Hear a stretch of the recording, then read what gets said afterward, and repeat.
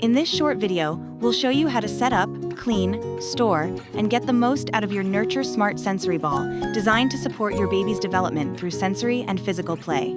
To inflate the sensory ball, open the small compartment with 3 snaps and insert the PVC bladder through the opening provided, then inflate by mouth or air pump. Once inflated, secure the valve to prevent air leakage and close the outer covering using the snaps provided.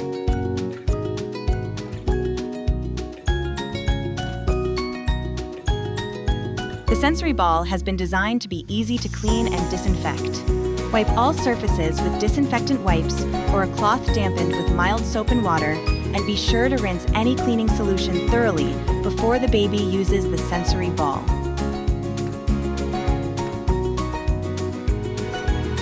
To store, you can leave the sensory ball fully inflated or deflated by squeezing the nozzle for easy storage.